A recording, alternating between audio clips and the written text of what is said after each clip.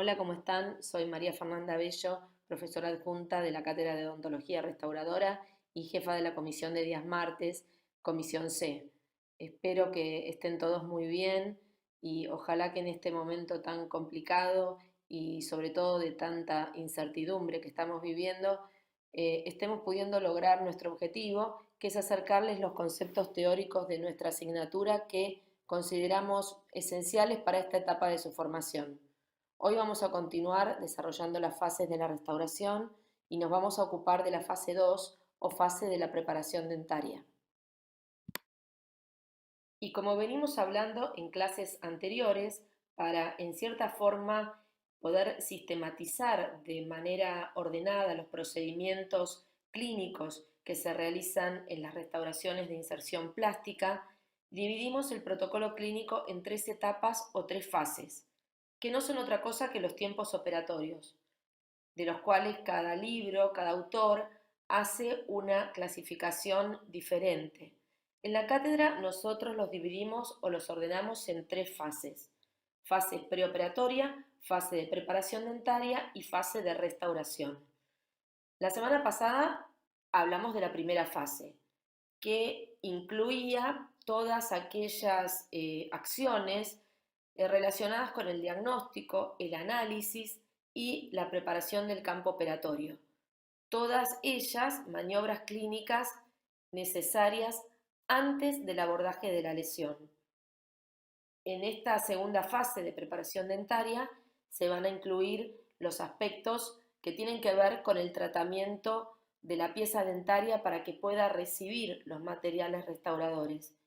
Y la clase próxima veremos en detalle todo lo que tiene que ver con la técnica para la aplicación de esos materiales, o sea, la restauración propiamente dicha.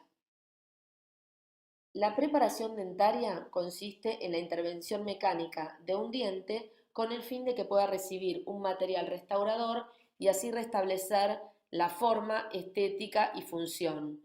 Siempre vamos a trabajar siguiendo los principios de mínima invasión. ¿Y a qué nos referimos con mínima invasión? Bueno, la mínima invasión será nuestra filosofía de trabajo en los distintos tratamientos que hagamos en la clínica. Hay que tener en cuenta que por mejores que sean los materiales y las técnicas que usemos, las restauraciones que hagamos tienen una longevidad limitada. Mínima invasión no es solamente hacer preparaciones conservando el máximo de tejidos posible.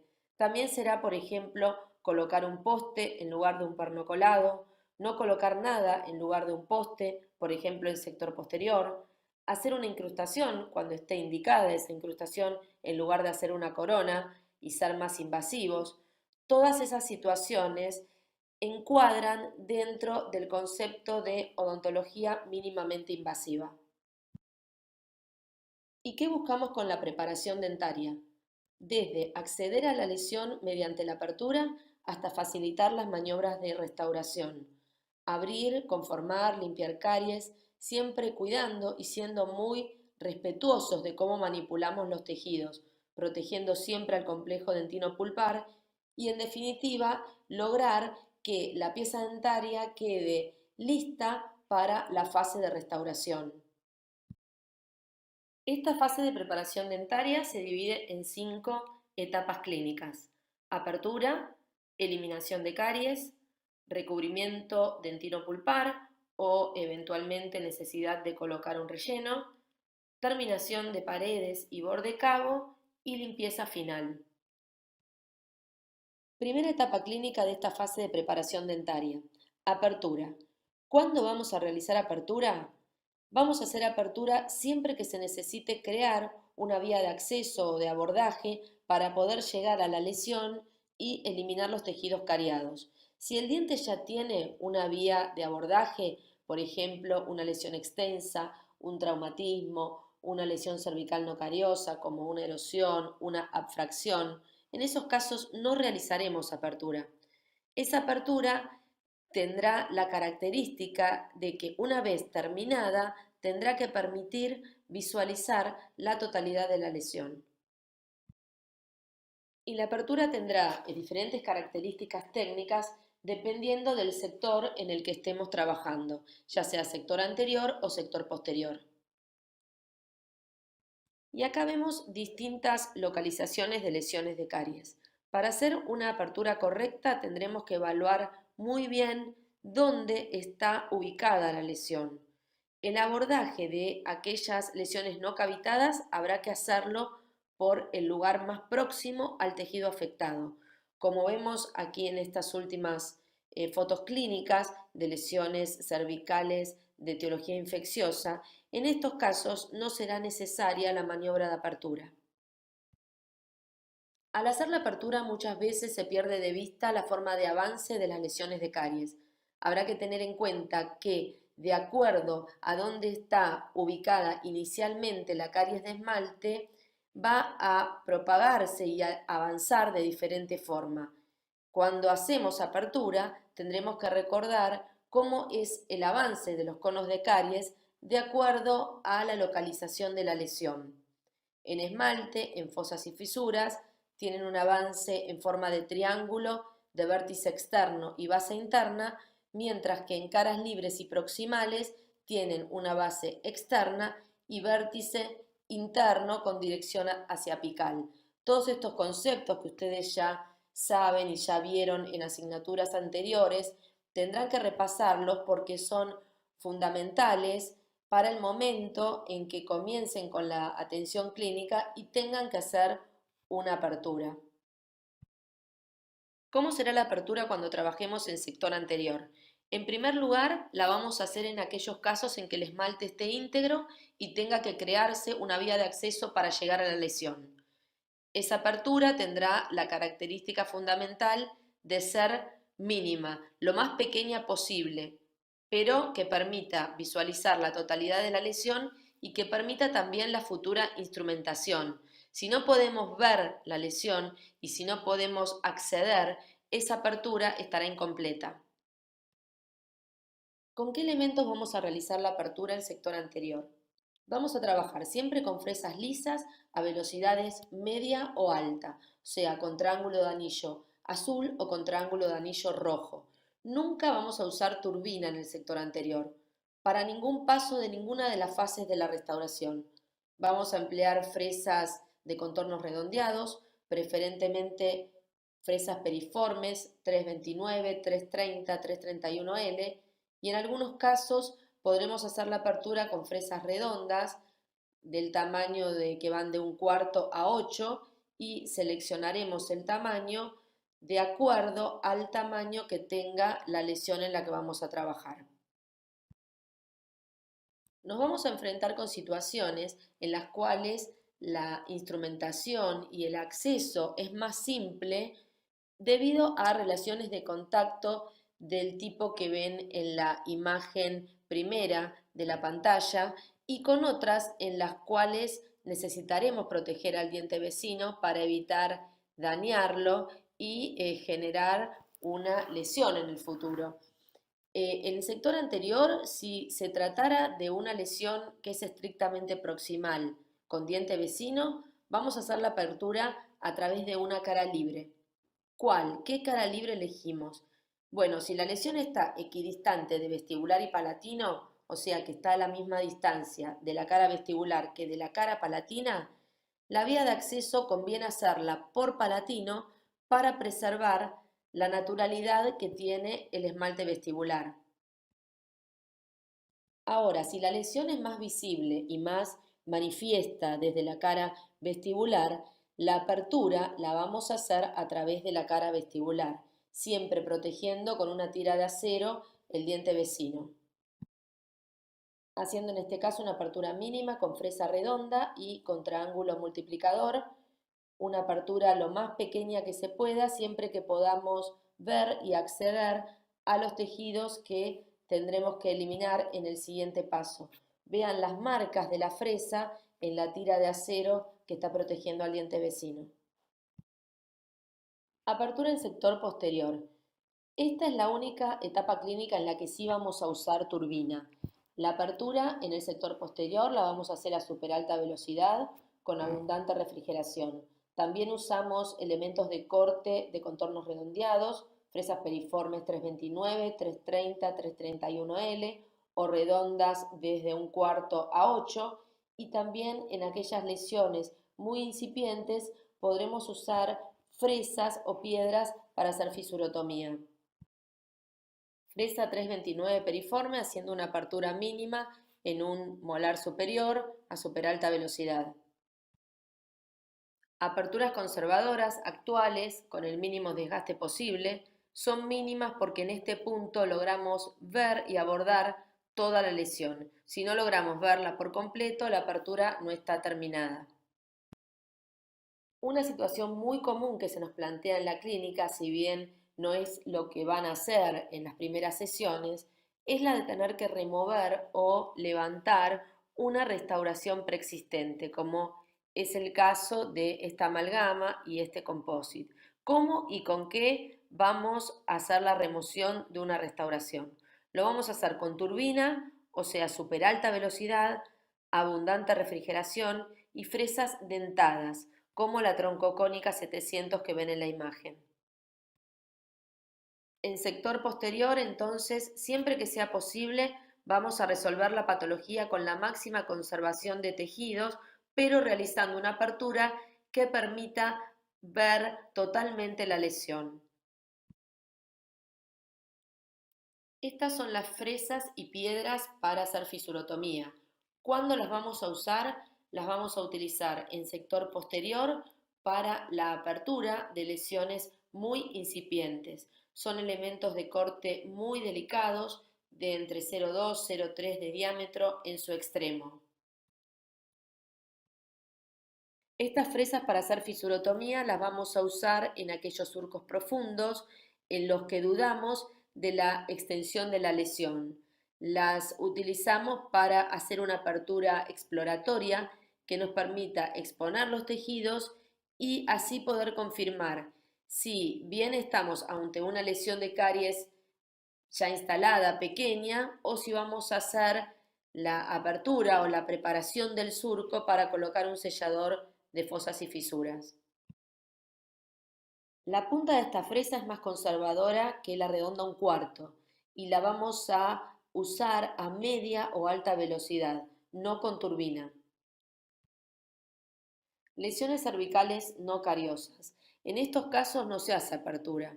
Son lesiones de etiología no infecciosa como las erosiones, abrasiones, abfracciones, que ya tienen un grado de desgaste tal que no requiere del paso de la apertura. Ahora, en lesiones cervicales cariosas o de origen infeccioso pequeñas que no tengan una vía de acceso o una brecha de entrada, vamos a necesitar hacer una apertura mínima para abordarla. ¿Cómo y con qué vamos a hacer la apertura de estas lesiones cervicales? Con fresas lisas, periformes, 329, 330, 331L o redondas, 1/4 o medio, a velocidades media o alta, en cualquier sector de la boca, sea sector anterior o sector posterior.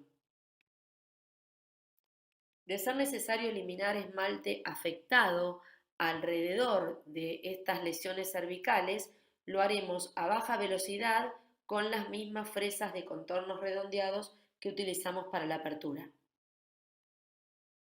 Una vez que completamos la apertura, pasamos al segundo subtiempo de esta fase de preparación dentaria, que es la eliminación de caries, que consiste en la eliminación del tejido infectado mediante la utilización de instrumental de mano o rotatorio y desinfección química, usando o no coadyuvantes como detectores de caries colorimétricos.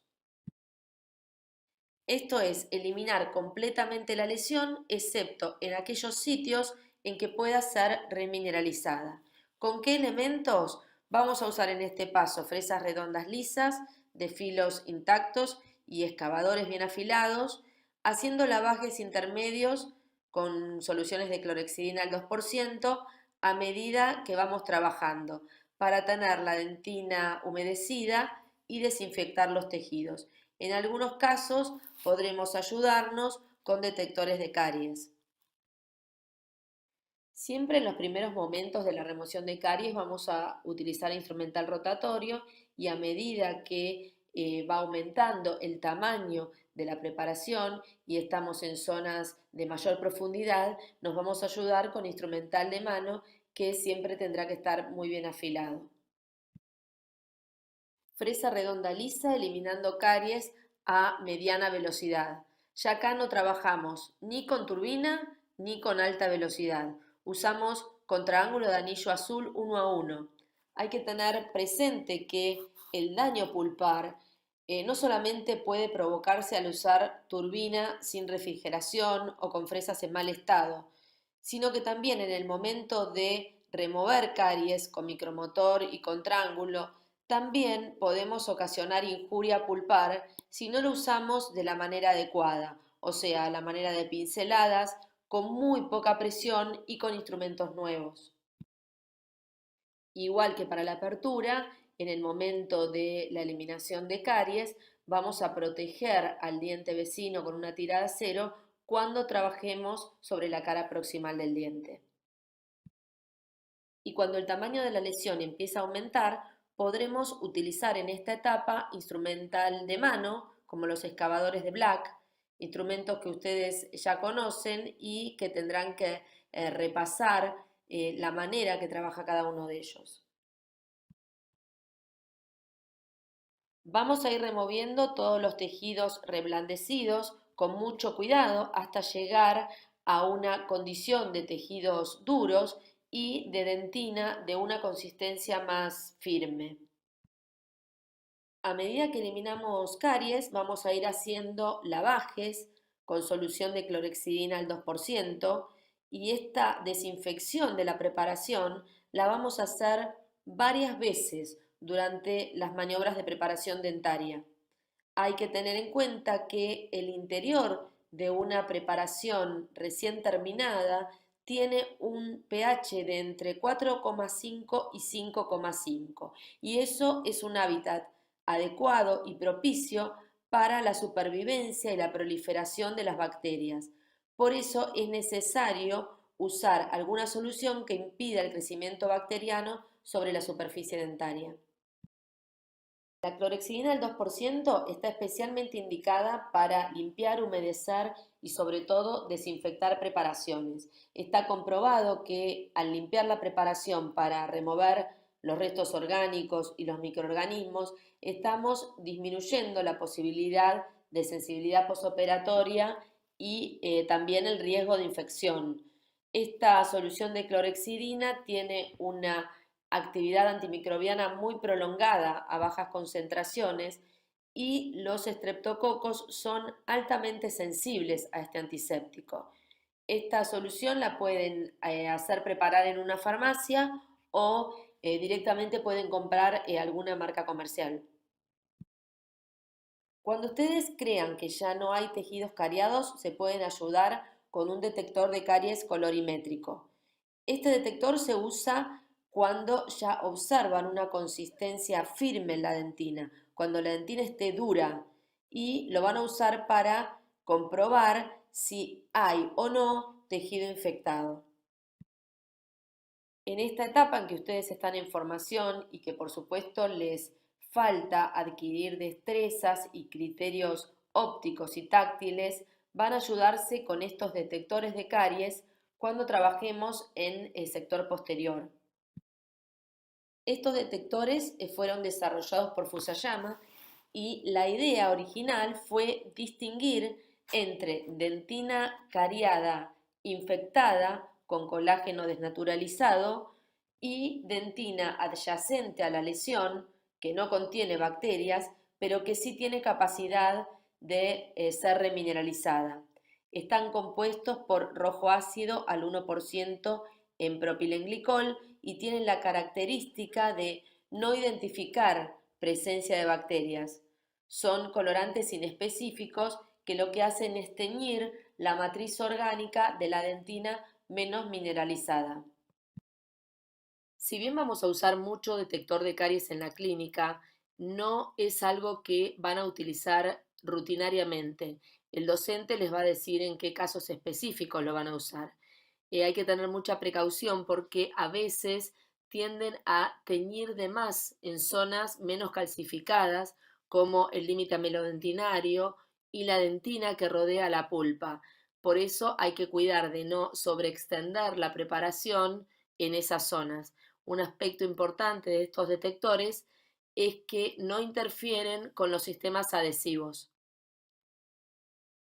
¿Cómo se usan estos detectores de caries? Sobre la preparación dentaria limpia y seca, lo van a aplicar con un microbrush, lo van a dejar actuar 10 segundos, lo van a lavar y a secar y después tendrán que analizar qué es lo que tiñó, de qué color y cuán intenso es ese color. Lo que van a eliminar son las zonas de dentina teñidas de un color intenso, rojo fuerte o verde fuerte, según el detector que usen. Y por otro lado van a ver zonas que se tiñeron con menor intensidad, de un color más débil. Esas zonas, dependiendo dónde se encuentren, podrán llegar a ser remineralizables. En casos de cercanía con la pulpa, tendremos que evaluar la posibilidad de hacer un tratamiento antiséptico de la dentina con hipoclorito de sodio al 10%. Algo importante a tener en cuenta es que estos detectores nunca vamos a usarlos en el sector anterior por la posibilidad de que la tinción que generan puedan interferir en el resultado estético final de la restauración. La capa externa de la caries corresponde al tejido infectado no vital y aunque contenga componentes orgánicos e inorgánicos, la estructura tiene una degradación irreversible que hace que no pueda remineralizarse. En cambio, la capa interna está afectada y sí puede remineralizarse, ya que es un tejido vital con una estructura que tiene una degeneración reversible. Tenemos nuestra preparación y consideramos que ya no hay más tejidos cariados, la dentina está dura.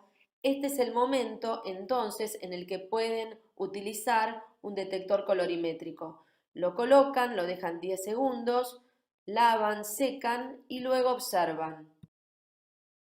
¿Qué es lo que van a observar?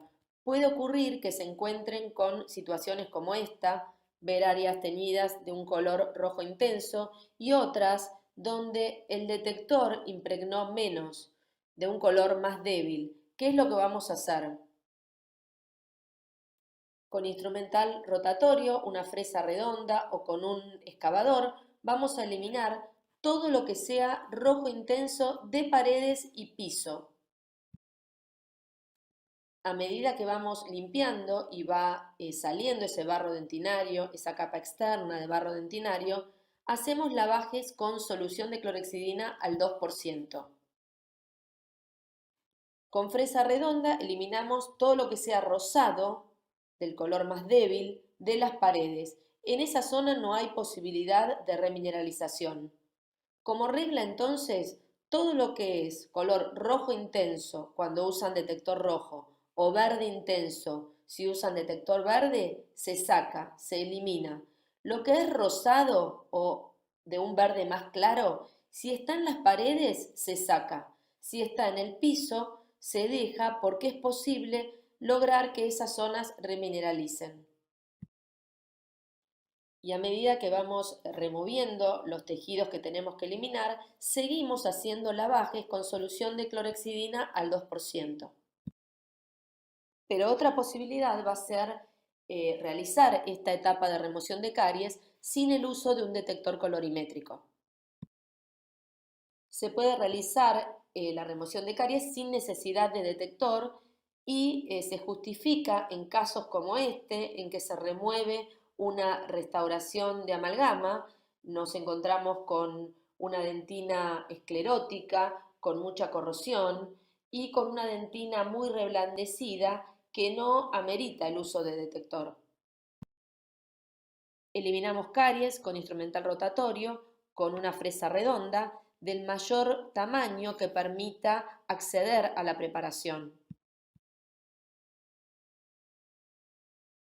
En zonas más profundas nos ayudamos con instrumental de mano, como estos excavadores.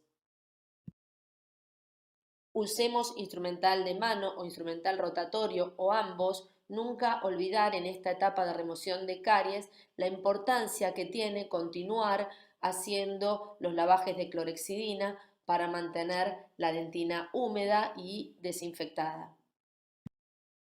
Hechas la apertura y la remoción de caries, tienen que haberse cumplido ya los principios básicos de una preparación dentaria correcta. Eliminar totalmente la lesión, preservar al máximo los tejidos dentarios no afectados, garantizar la protección del remanente biológico y facilitar las técnicas de restauración y terminación. Podríamos decir que la apertura y la remoción de tejidos afectados deberán abarcar procedimientos basados en el principio de máxima preservación de la estructura dental natural. Terminadas estas dos primeras etapas clínicas, la apertura y la eliminación de caries, llega un momento muy importante dentro de la fase de preparación dentaria. Si bien la fase de preparación todavía no está terminada, en este momento ya empiezan a entrar en juego los materiales. Entonces habrá que parar y observar muy en detalle lo que hicimos hasta ahora. Habrá que evaluar la preparación, observar la dentina y básicamente ver con qué tejidos contamos para poder elaborar una estrategia adhesiva, evaluar si será necesario colocar un recubrimiento dentino pulpar o un relleno. Tal vez este sea uno de los momentos clave dentro de toda la restauración. Y gran parte del éxito de la restauración dependerá de lo que decidamos ahora. Básicamente se trata de empezar a familiarizarse con los tejidos y empezar a aprender a leer la dentina. Va a haber un montón de variables que este tejido nos puede ofrecer. Podemos tener una preparación que tenga una dentina superficial, poco permeable, o una dentina profunda, permeable, otra con una dentina profunda pero no permeable, por ejemplo con una dentina esclerótica. Podemos tener una proximo-oclusal que en el piso de la caja proximal tenga esmalte periférico y otra que no, lo cual cambiaría rotundamente la estrategia a elegir. Podemos tener una preparación en una pieza tratada endodónticamente, todas situaciones distintas que hacen que tengamos que pensar qué va a ser lo mejor para esa situación en particular. En fin, ahora será el momento de decidir qué hacer. Vamos a tomarnos ahora un break y vamos a continuar luego de 5 minutos con la fase de preparación dentaria.